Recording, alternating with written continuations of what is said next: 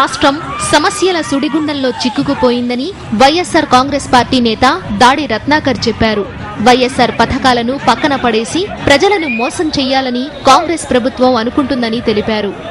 రాజశేఖర రెడ్డి గారు పెట్టినటువంటి స్కీములన్నీ కూడా తూట్లు పొడిచేసి దాన్ని నిర్మూలించేసి పక్కన పడేసి ఈవేళ ప్రజలందరినీ కూడా మోసం చేద్దామని కాంగ్రెస్ ప్రభుత్వం ఉంది. కాబట్టి వీళ్ళందరినీ కూడా కష్టాల నుంచి గట్టెక్కించడానికి మళ్ళీ ఈవేళ షర్మిలమ్మ గారు పాదయాత్ర చేయడం అనేటువంటిది ఈవేళ చరిత్రలోనే ఒక మహిళ పాదయాత్ర చేయడం అనేటువంటి వినూత్నమైనటువంటిది, ప్రప్రదమైంది. చైడులోని రైతాంగం ఒక రకంగా ఈవేళ బాగుపడ్డారు. ఆవేళ రాజశేఖర రెడ్డి పరిపాలనలో ఈవేళ దేని స్థితిలో పంటలు కానీ ఏ అయినా సరే ఈవేళ గిట్టుబాటు ధర లేదు. ఒక వికలాంగును పట్టించుకొని లేరు, ఒక వృద్ధులను పట్టించుకొని లేరు, ఒక వృద్ధులని తర్వాత ఒక వితంతులని వీళ్ళందరినీ చూసిన మహానుభావుడు ఒక రాజశేఖర రెడ్డి తప్ప ఇక లేదు. ఇవన్నీ మళ్ళీ పునరుద్ధరించాలంటే ఒక జగనన్న ముఖ్యమంత్రి కావాలా? రైతులను పలకరిస్తే చాలు కన్నీరు పెట్టుకుంటున్నారని షర్మిల చెప్పారు. భూములు అమ్ముకోవాలా, ఆత్మహత్యలు చేసుకోవాలా అని రైతులు ప్రశ్నిస్తున్నారని ఆవేదన వ్యక్తం చేశారు.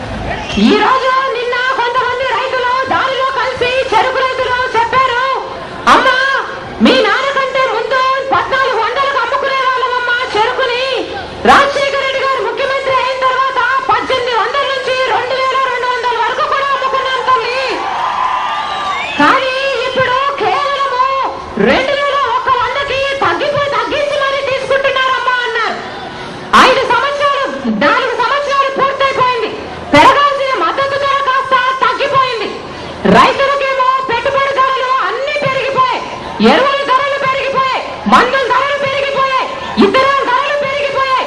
కానీ మద్దతు ధర మటుకు ఏ పంటకు పెరగడం లేదు. దానికి కారణము ఈ సర్కారు నిర్లక్ష్యము.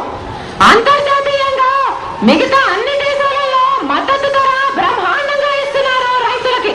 కానీ ఒక మన దేశంలోనే, ఒక మన రాష్ట్రంలోనే రైతులంటే ఇంత చిన్న చూపు ఈ సర్కారు కంటే వీళ్ళు పాలకులా లేక రాక్షసులు అని అడుగుతున్నాం. రాజశేఖర రెడ్డి గారు బ్రతుకున్నట్టుంటే ఈ రోజు 9 గంటలు ఉచిత విద్యుత్ వచ్చేది.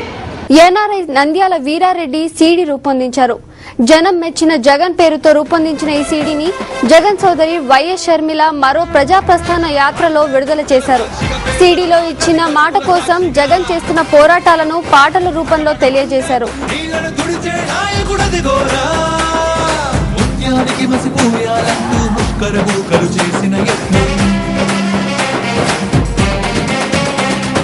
జనం గుండెలో దేవుడి రూపం తుడి చేయాలని పన్నిన పథకం,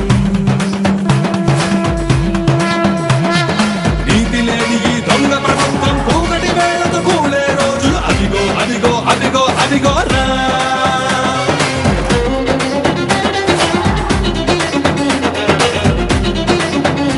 ఈ రైతు కూలీని చూడండి.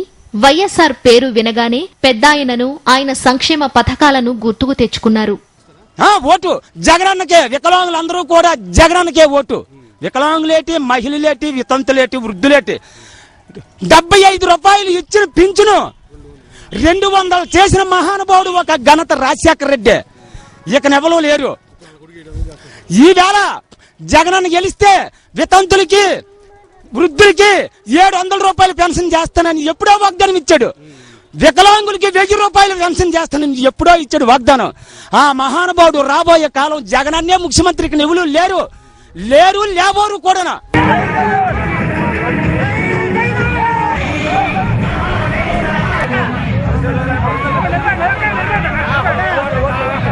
ఎక్కడికి వెళ్ళినా జోరు అంటే ఆవిడ మాటల్లో జోరు. ఆవిడ తండ్రి ఎంత పవర్ఫుల్ గా ఉందో అంతకంటే పవర్ఫుల్ గా ఉంది. ఆ పాదయాత్రలో మేము అప్పుడు వెళ్ళాము. రాజశేఖర రెడ్డి కంటే డబల్ చూసినట్టుంది పాదయాత్ర, అంతకంటే ఎక్కువగా ఉంది. అంతకంటే రెట్టింపు జనం వస్తున్నారు.